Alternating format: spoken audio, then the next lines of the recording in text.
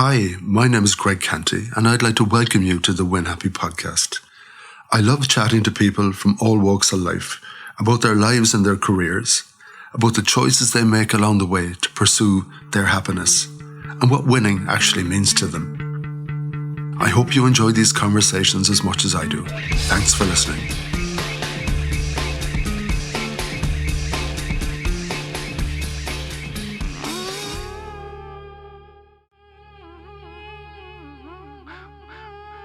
In part 2 of a 2-part podcast, Paul Ruane, our head of brand, talks about the whole process of branding and how it actually works. He also talks about rebranding, when it is recommended, and why he felt it was necessary to rebrand Fuzion, and how he actually went about that process. At times this conversation got a little bit nerdy, and we spoke about things like brand guidelines and what should be in them and what shouldn't. But for anyone in business, it's really, really important. Let's hear from Paul. So Paul, you're in the door of Wet Week, and the two of us are in the car heading to Wexford to chat to a team about a brand new hotel that they're opening later that year. It's one of those funny journeys where something new is coming into the world. It hasn't existed before, and it needs to have an identity, and it needs to have a name and all that kind of thing. Like a child, Greg. Well, it is like a child, isn't it? You're naming something. You're bringing it into the earth. Good friends of ours just had a kid the other day, and it's so funny because they put out lots of little social media messages, and it was, here we are with our new baby boy. And normally the little code is they give the kid a name. And we'd heard the name beforehand. They were all talking about they were going to call the child Josh. That's the baby of Kevin Doyle and Sherelle Doyle. And we were thinking, okay, what's going on here? Are they rethinking? Have they had doubts about the name and all that kind of stuff? And it was revealed just a day later. Yeah, they're going with Josh. But I was wondering, this is the whole thing. And that's it. From that moment on, you have a new name and that's it. And forevermore. Now, having said that, I've just recorded a podcast with a guy called Ege Reynolds. This guy is from Turkey. And I'm kind of asking him, well, you have an unusual surname, Ege. Where did that come from? And he actually told me that when he went to the States, he decided he needed a new name. And that's the name he goes by for all his businesses. And I thought, wow, that's kind of an unusual thing. Interfering with something that's literally at your core. Just like Fuzion Communications. That's our name, and that's the name people identify you by. And the good, the bad, and the ugly, and everything that people have in their heads about that name, it's kind of rooted in it. So we're trekking up to Wexford. We're having a big conversation. Obviously, we have a job in hand, which is doing a brand workshop with that particular client to start that process of giving them a name which they trusted us with and all that kind of thing. And I don't think I've ever been quizzed so much about the business as by you that day. I think we had 2.5 hours up in the car and 2.5 hours back. I didn't quite get a glance at your notebook just to see how many pages of notes there were, but my God almighty, you put me through a grilling. But there was a purpose to all that. What were you doing? Absolutely, yeah. It's really just to find out what makes you tick, what's at the very core of why you do what you do, why Fuzion exists, why you wanted Fuzion to exist in the first place, and, what you wanted it to be. It's really getting to that base level of understanding for any client and for any person or business or anything to do with their whole brand. It's really getting to understand that gives you what you need to be able then to go and create an identity that fits that and that suits that and that is appropriate for that. So that's really what I do. Like, most of my work at my job is asking questions and trying to get answers to stuff, because people often assume that you know it or that you might understand it, or they have trouble getting it out of their heads and explaining it to you so that you can have a clear picture of it. So that's most of my job, is asking and listening. And I think as a person, you're orientated in that way anyway, because I know before you joined the team, we had a lot of big conversations. And I think it was you trying to figure out what the business was about and who we were as people and how we were motivated. Now, at this point in time, when we're driving to Wexford, I think you were pretty much all in, but you were still in that curious discovery phase.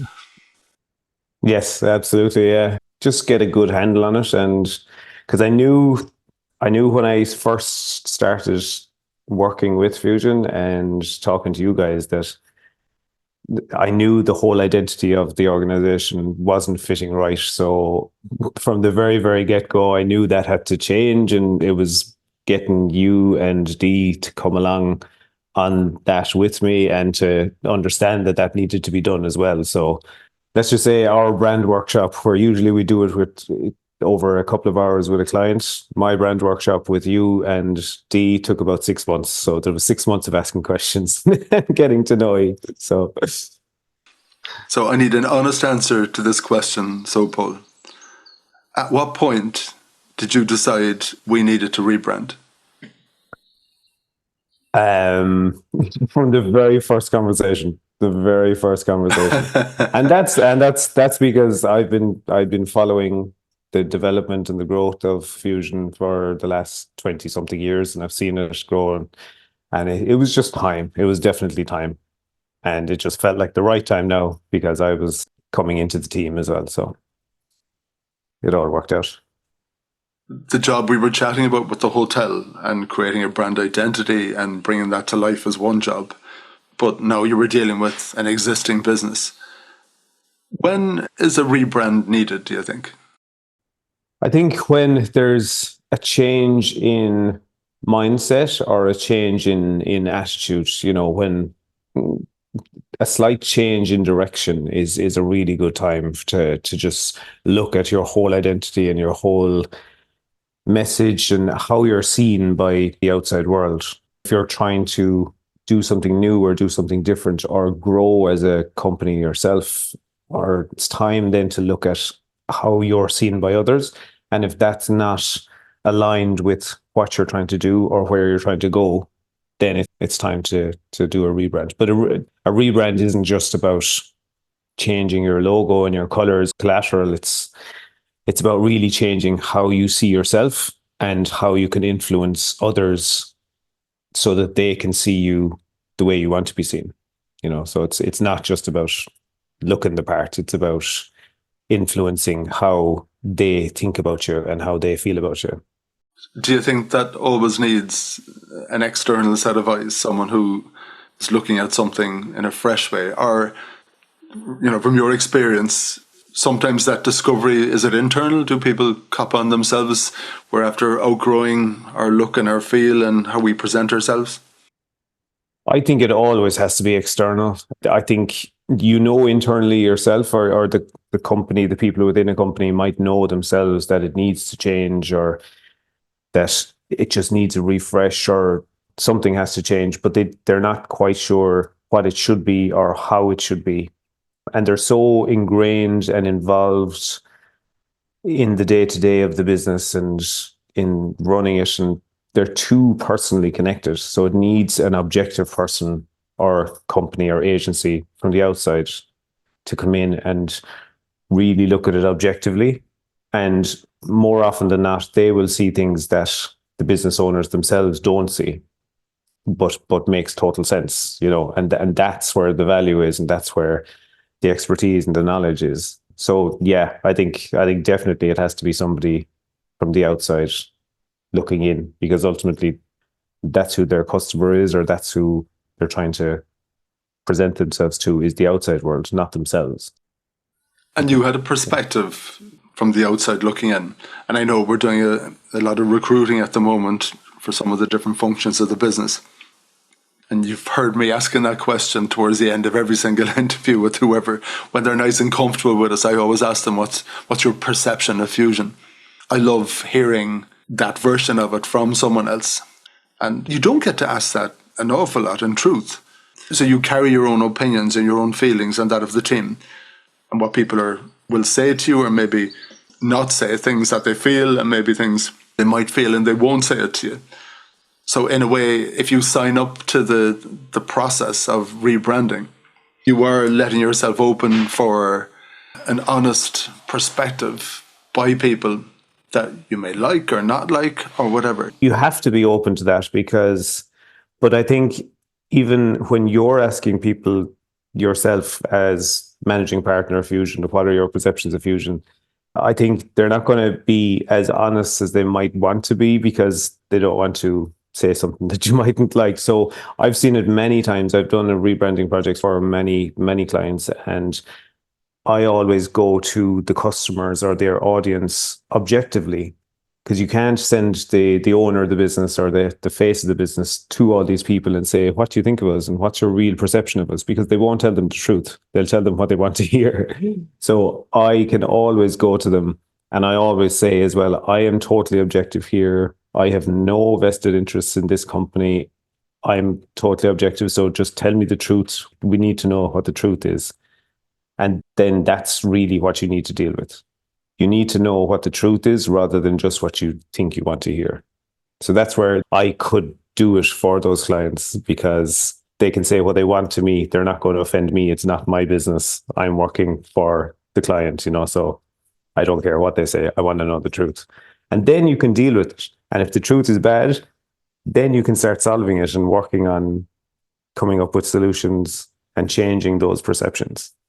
And that's what you need. There's no point doing this if you're just fooling yourself and thinking everything is fantastic, So one of our core values, Paul, is being brave and being up for challenging things and everything.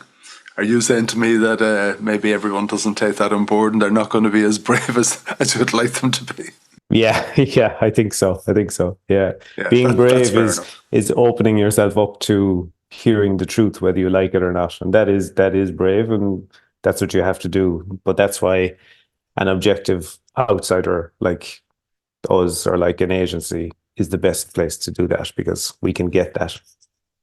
So you had a hunch and you had your own feeling and you had your own perception about Fuzion. But you can't just run with that and go off and design new logos and, introduce new copy and give it a tone of voice and language and maybe even taglines and all that kind of thing, change some of the language.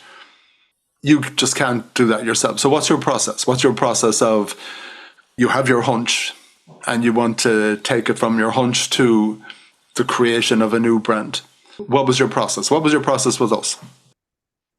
So the process was, you have to look at two different sides of it. You have to look at things internally and then look at things externally. So internally, we did a lot of exploration and talking and really open conversations with the whole team in Fuzion and with yourselves as the owners and the management. So we did both sides of that. You do and again, this is the process for any client really, and has been over the years. You do that kind of workshop with the bosses and the owners, and then you do the same workshop with the people and the team within it, because sometimes it can be very different opinions on things, but it's great to get those different sides of the story. And just really the simple basic questions: what are we about? Why do we do what we do? What do we like? What do we not like? Really simple, basic, like ground level questions, not technical or not anything about the processes or the product or anything like that. It's really getting to know those fundamental questions, and then see, do they align with the business owners' responses, and see where the gaps are and try and bring it all together. And then the other side of it is looking at the outside. So I spoke to a few of Fuzion's clients, went through all those kind of questions, just general people that weren't clients but would have known of Fuzion, just had some idea. So looking at the audience and the people who see it from the outside as well. So with all of that information combined, then you start to form a picture of what it is, what it should be, how it's seen, and what things need to be worked on. And then you go on the process of doing the actual visual stuff and the messaging and the wording and the whole identity side of it. So it's really exciting. It's a really nice project and a really good project. And what I've seen over many years is that it's something that business owners or business managers never do in their whole life cycle of their business, because they never take that step back and look at it in this way. They're too busy trying to build the business, make money, run it, make it successful. but they never take the time to step back and look at it that way. So it's really exciting, and it's really good to be part of it. Yeah, and the part that you didn't mention, and back to this idea of bravery, is that we had those sessions together as a team up in Ardmore when the sun was splitting the stones, nice, casual, relaxed atmosphere.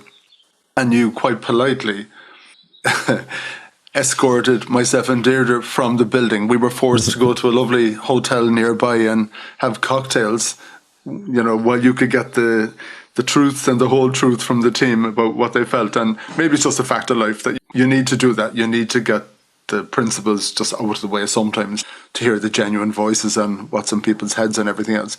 Yeah. It's important that the team are involved, isn't it? It really is important that the team, this is the place where they've signed up for it. This is the place where they come and spend their time every week, those precious hours in people's lives. We, have the benefit and the blessing of people's time. And of course, we pay them, there's wages and all that kind of stuff. But you are getting people's time, and it is important that the vehicle that they give their precious time to, and I guess the vehicle that feeds them and all that kind of thing, that it is something that aligns with them and that they understand. So from all of the brainstorms and everything, what do you do next? So just going back on that, I mean, it's massively important and crucial, really, that the team are involved in it as well, and that they're part of the process, because they're the ones dealing with the clients on a day-to-day basis. U&D can't deal with every single client and be involved in every project. Your team are the ones that are the face of the organization. They're the ones running the day-to-day projects and doing all of that stuff. So they definitely have to have ownership of it as well, because they need to feel confident and secure and proud when they're representing. So it's absolutely very, very important that they're part of it. What was the other question again? Sorry. Yeah, we've done all the brainstorms. Oh yes, and then the next stage. It's back to you. So then we work on the visual side of it and the messaging side of things. So we try and merge those together and come up with different options, and then we would create those kind of different identities and different brand marks and how it would relate to all sorts of things, from digital to print to advertising to internal stuff, and just see how the whole thing comes together as a bigger picture. Basically anything that carries the name or the logo, we'll call it, for the company, it all has to work together. So we start kind of just putting together a picture of how that might look and how it might all work together. Usually we do like 3 different options, 3 different kind of feels to see which one is the preferred or which one sits better or feels right. I would never present anything to a client if I wouldn't be happy for them to say, yes, this is the one we're going with. This is the one I love. I'd always try and give a few options so that they have a choice to pick from, but I would never put forward one of those if I didn't want them to say yes to it. So that's something that's really important. You feel this pressure to give 3 different options so that they have something, and you really don't like 1 or 2 of them. That's not a way to go about it, because the client could really love them. So you have to be confident and happy for them to say yes to any of them.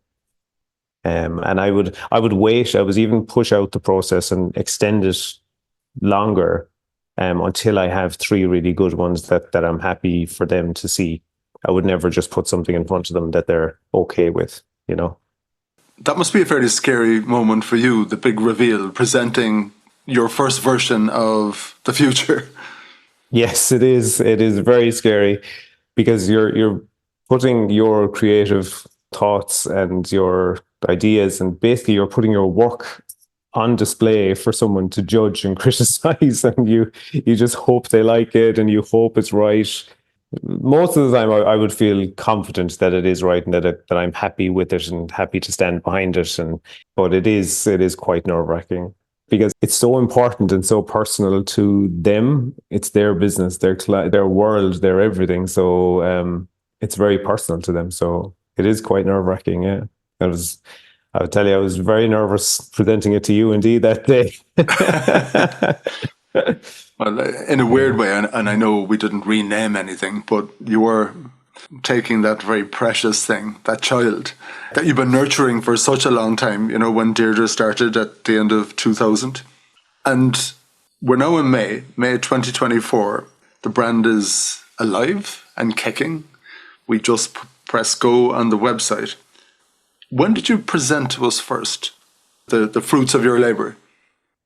I think it was around October. We did all those sessions during the summer, July, and then worked. Yeah, kind of went on from the October when we presented a full. We wanted to get everyone together in the same room and the kind of heads of department and the key people involved in it as well. So I think it was around October we looked at it first. Yeah, but when you're doing that, within the first. 30 seconds, like by the people's reaction, or right then and there how they feel to it, because it's those first impressions. That's what all your audiences and the whole world will see. The first impression is what will create that perception of you. So if that's right on the day that you present it, then that's a good indication, And while you're under pressure, there's pressure on the other side, I would say, in that it's like, it's going to be a change. You've signed up for that process, and that's all cool and everything else. It's like getting a surprise present on Christmas Day that someone you care about has given to you, and you're opening the present, but there is that little thing in your head, I hope I like the damn thing. Yeah. There is, because what happens when, ooh, I don't like that, and it's something new and everything else. But in your case, Paul, there was consensus immediately from the people you presented to. Now tell the truth. Isn't that the truth? Well, yeah. I mean, there was three very strong options, and it was general consensus. All right, on the one we arrived in. There was one particular kind of stubborn individual, all right, who was stuck on one of the other concepts, but we had to work him around. Do you have any idea who that could be, Greg? No, I've no idea, Paul. I've no idea. But I got a mug with that beautiful work that you did with that logo on it, which is still a very, very precious thing to me, because it was amazing work. This is the thing. It was amazing work. So in that scenario, and I think we were having a conversation the other day. Yeah, one of the guys we were interviewing, do you remember, he said he presented 3 versions of a logo, and he was showing us work in his portfolio, and he was saying, I'm really proud of this work, but sadly, the client didn't choose it out of the 3 options that he had presented to them. And that happens sometimes, doesn't it? Yes, it does. Yes, it does. And it's funny you say that. Actually, I have a folder on my computer of a lot of options that I have presented to clients over the last 20 years of ones that they didn't choose. So the ones that got away. Yeah, it's like the ones that were passed on, but are still like really strong and really, really beautiful and work that I'm really proud of. I would always keep them, even though they weren't selected. The client might have gone with a different version, but that is still original work, original design and creative concepts that I created, totally mine, totally, it's still really good original creative work. So you never know, it could be brought out for something else, or 15 years down the line it could be very suitable for another project, or because otherwise it just goes to waste.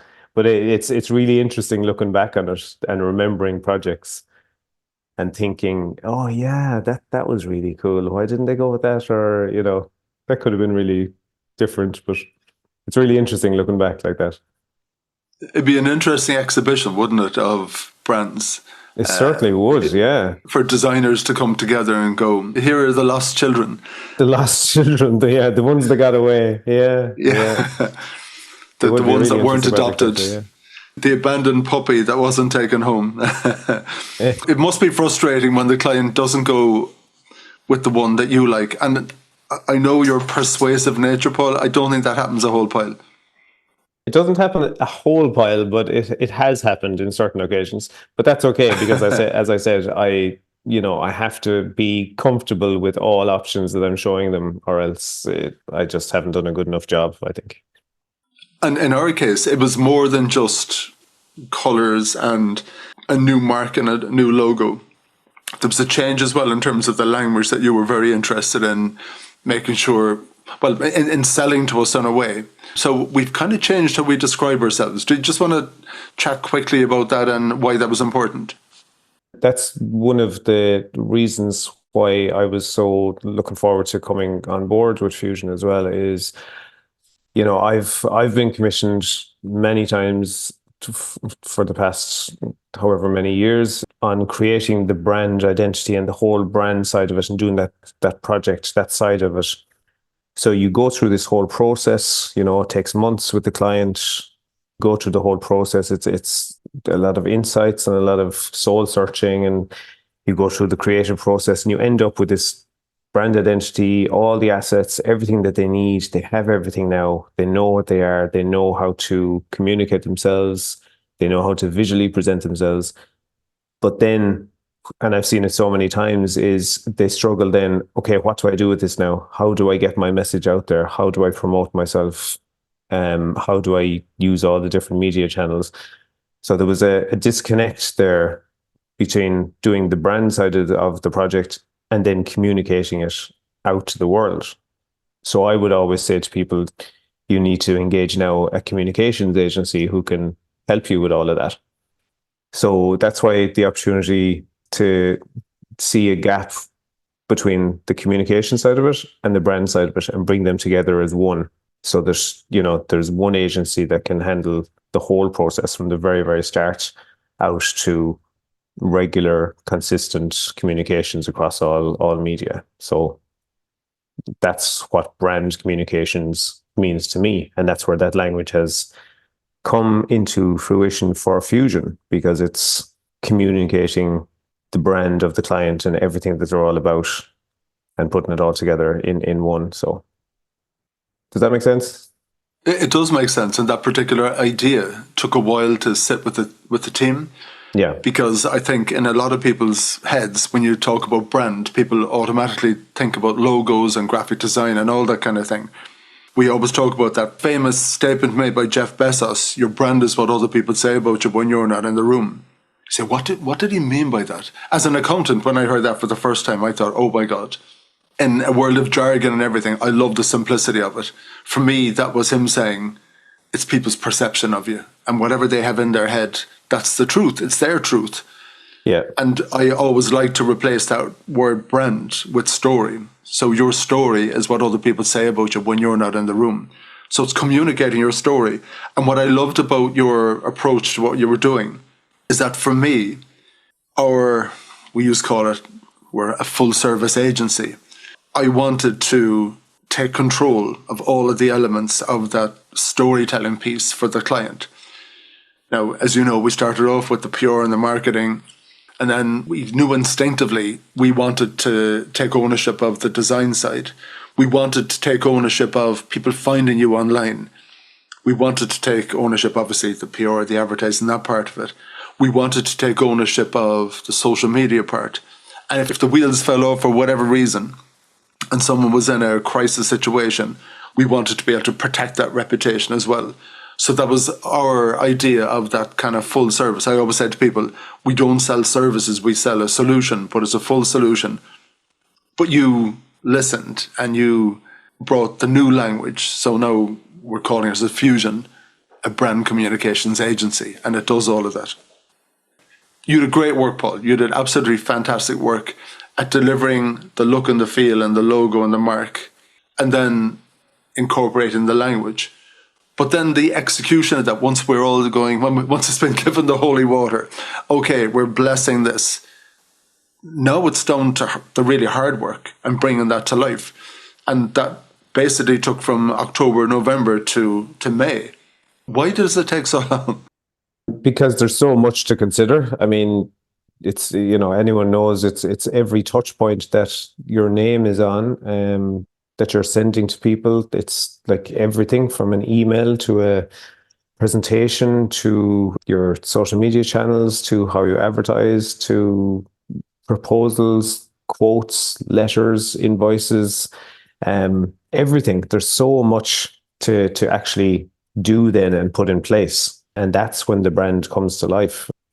That's how everyone sees it, and that's how you connect with people and your customers and your audiences. So all of those aspects have to be done and put together and prepared, and then put a plan in place on how you use it.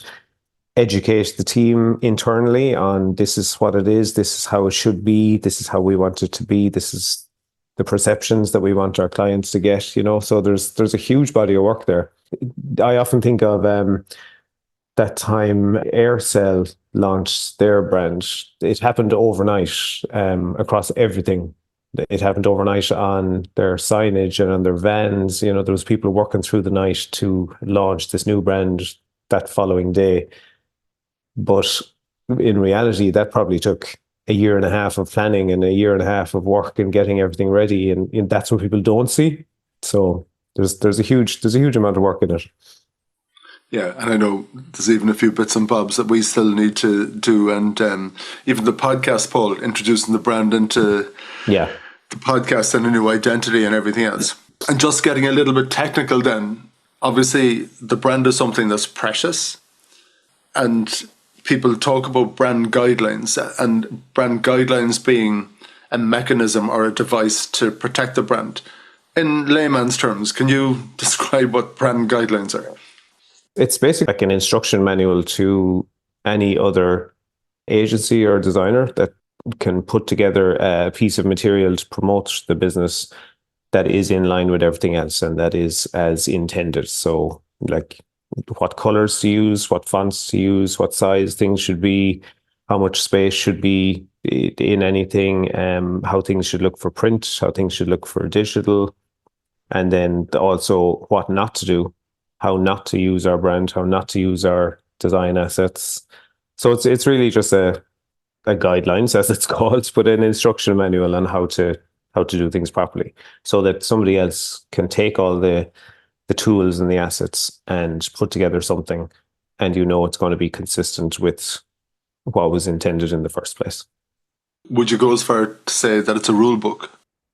No, I wouldn't say it's a rule book, because that's just putting a straitjacket on creativity. And there has to be space for creativity, and there has to be space for design and development and evolution of a brand. Brands have to evolve. It's a guidelines really to show the basics, what the basics need to be. And as long as they're in place and they're right, then you can have a little bit of interpretation with it. So I'm going to nerd out in you now, Paul, with one of my pet peeves about brand guidelines, and I want your opinion on them. I've never seen it in brand guidelines, something that I think is really, really important. What I have seen is brand guidelines being issued. The designers, for whatever reason, whatever project they're working on, they have to strictly follow the brand guidelines. You're saying there's a bit of freedom in there, and I guess enough freedom, but there's a consistent look and feel and everything else, so it behaves in a particular way. What I haven't seen in brand guidelines, and it goes back to our very first conversation about rebranding, I don't see in brand guidelines instructions about when this brand needs to be reviewed, or when it should be changed, or what might trigger it.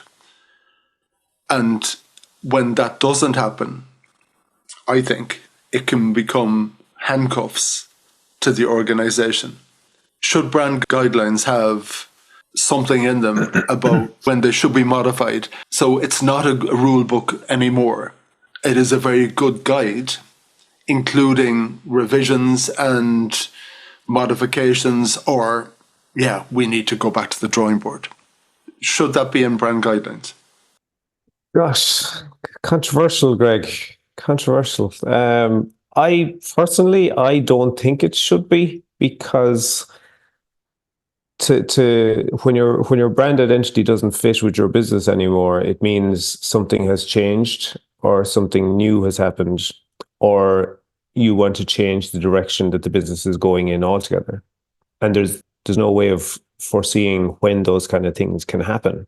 So I don't think there's a point, or I don't think it's beneficial just to freshen things up every couple of years just for the sake of it.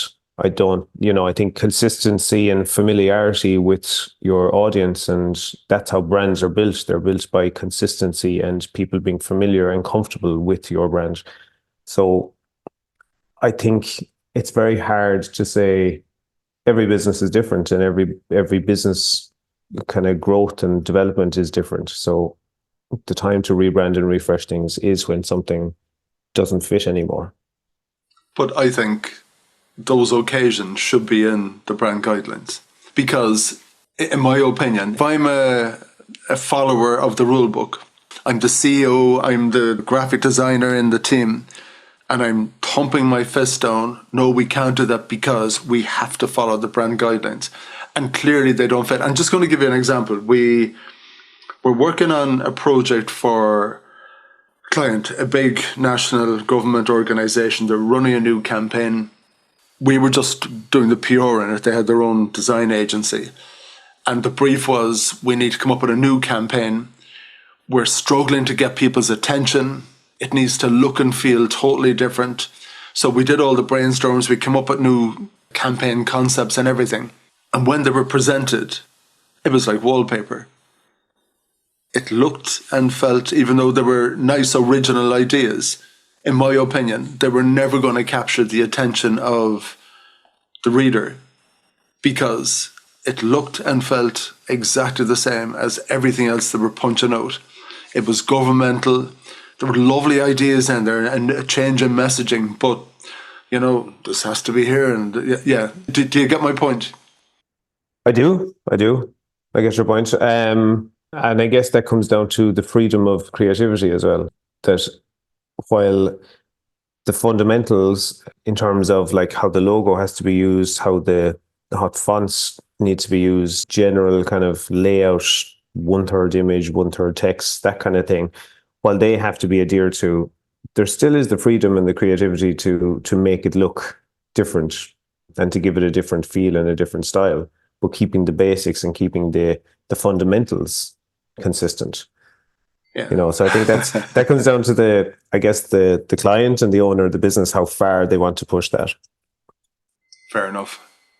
I do think Paul Ruane comes to work with a particular company. You know things have moved on and you're arguing for the opportunity to rebrand. You think it's necessary, but there's someone pounding the table saying, we can't. We've brand guidelines. That's the Bible, and we can't veer. So, Paul, you're a designer. You know this better than anyone. Follow the guidelines and shut up. Yeah. Well, I think if it's time for change and if the identity doesn't fit anymore, it's time to change. Yeah, it would be interesting to put criteria into brand guidelines to maybe document a number of occasions where something might work. And just as an example, if you have brand guidelines for a brand and suddenly social media comes along and the brand appears suddenly on tiny little circles or little thumbnails on your phone, where, something that's landscape doesn't work anymore. It has to fit into a very, very particular shape and size. Things you never would have thought of when the brand guidelines were created. So that might be the brand now has to perform in a different format than it did before. So the guidelines don't even allow for it. Or things that you were mentioning, a significant change in the business, or do you even put into the guidelines that this brand should be reviewed? There should be a review at least every 5 years. And that's not a review to change it, but it's a review to consider, to let yourself open for the brand guidelines being updated or modified.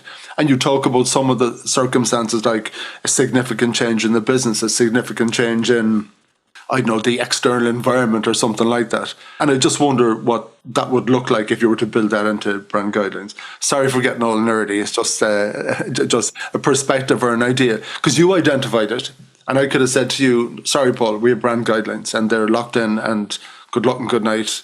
A lot of hard work went into it, and you're saying, no, but it needs to change. And I don't see that in the guidelines. Yeah, but the guidelines are only for using the actual visual identity side of things. I identified the need for it with Fuzion because it had evolved so much in what it was doing and the type of work it was doing and the benefits it was providing for clients, that the identity didn't fit that anymore. So that's where I identified it, you know. Okay. The hotel that we were traveling to, what was the hotel? It was a building site when we were traveling to it.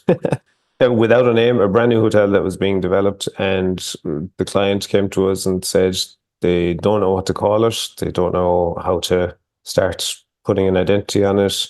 So that was a really nice project, and they don't come up that often. So it was great to get it at the start. That they wanted us to develop a name for it, and then an identity, and get everything ready for launching and pre-promotion for when it was ready. So we came up with a name. We did the whole brand workshop process with them, found out what they wanted it to be, how they wanted people to see it, got to know the location, the history, everything around it, and we came up with the name Ravenport. And that's the new hotel being built in Wexford by the Neville Hotel Group, which has just opened recently. And it's great now to see the name being adopted by everybody and the identity being seen by everybody, and it all coming to life and getting into the real world. It's great. That's the real buzz part of my job. I love it. Love it. It's a beautiful hotel in a beautiful location, close to the Curracloe Beach, which is amazing. And we're taking the team there a bit later in the year. How would you feel walking through the door and seeing that name that you created and presented on logos and signage and everything? That must be special. Oh, it's really special. And you just beam with pride when you see it actually being used and actually being adopted and seen by everybody. That's the feeling, I think, that it's almost like an addiction in my job and my world. You put all this time and effort and thought and personal creativity and thought into a project, but it's only when you see it in real print or up on a sign or in a newspaper or on a website, whatever, that's when it really becomes like exciting and real. And it makes you feel really proud. I've had that feeling a lot of times over the years, and that's what I think makes it all worthwhile. It's like putting yourself out to be judged and to be seen, hoping that everyone will like it. And then when you see it being really successful and it working really well, it really makes you feel proud and happy. And that's the best part of it. And it makes us in Fuzion feel really proud that we're part of that we have someone like you working and with us, Paul, and you bringing that to life for them. And then, of course, we throw the ball to the comms team, and all the PR stuff and everything kicks into gear and everything else. You're on the Win Happy podcast, Paul. What's happiness to you? What is happiness to me? Gosh, what question. It's a simple one, Paul. It is, yeah. Yeah, as simple as why do we exist? Happiness to me, I think balance.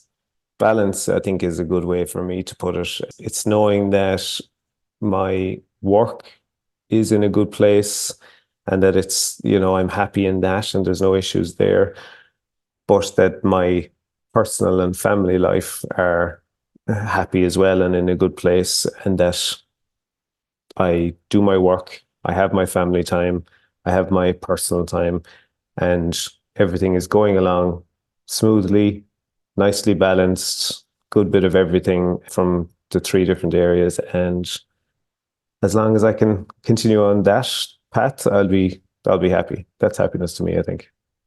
Now I want to introduce the word winning into that equation, and winning happy. So for you personally, what does winning look like, either on a day-to-day basis or going forward? What's in your head? What does winning look like? I suppose there's the work side of it, winning projects and winning when something goes well and something is well received and is successful, and you've successfully completed a big project. That's winning. Being happy and content in what you're doing on a day-to-day basis, that's winning. And then just being generally content and happy and enjoying what you do, that's winning to me. I mean, if I get to a stage where I'm waking up every morning and dreading the thoughts of doing what I have to do today, then I'm not winning, and then something has to change. But if you can get up every morning be happy, look forward to the day ahead. And it might be stressful. You might have a lot of things to do. You might be thinking, oh my God, I have to get all that done today. Or, but as long as you're generally content and happy in it, I think that's winning. The very last question is one I haven't asked any of my guests before. It's a big question, but it's a really simple one at the same time. What are the things on a regular basis, day after day, that put a smile on your face? First and foremost, it's not work, it's my family and my family life. I have a daughter. She just brings me joy and happiness every day. And every single day, I just feel blessed to have her in my life. And with her and my wife and my home and the house that I'm in, I feel like extremely lucky and blessed to have it. And that makes me smile every day. I still just wake up realizing how lucky I am to have what I have. I love that. That's first and foremost for me. That's what puts a smile on my face is that. But then on a very simple level, like something like just going to the beach with the family and the dog and just spending half an hour walking the beach and just forgetting about everything just brings happiness and simple joy, simple things like that. Yeah. At the end of the day, it can be very simple, can't it? It has to be, really. It has to be, yeah. Like things like that, or things like a fire lighting and a glass of red wine on a Friday night after a long week's work. That is very simple and very, very, very enjoyable as well. Well, the good news, Paul, is it's Friday. You've got the day off. I know you're going to a wedding. Thanks a million for jumping in and completing the podcast. I know we did part one a couple of weeks ago, and for different reasons, we ran out of time that day. Before I let you go, a colossal thank you from me and Dee for joining Fuzion and the incredible work that you've done on the rebranding and reshaping, or to a point renaming, our precious child. Yeah, and long may it continue. Thank you so much, Paul. Well done. And have a good day. Have a good weekend. And thank you very much to you and Dee as well for having the faith and confidence and trust in me to hand over something so precious and so personal for me as well. I hope I've done it justice, but thank you for having that trust in me. And I'm really looking forward to the future and seeing where things go from here. So thank you. Cool, Paul. Take it easy. Enjoy your weekend. Cheers, Greg. See you. Yeah. Good man yourself. Thank you. Thank you. Thank you. Thank you. That's cool.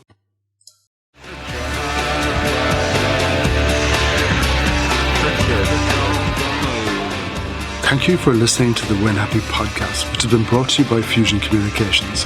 If you'd like to get in touch, feel free to send me an email at greg@fuzion.ie. So until next time, take it easy.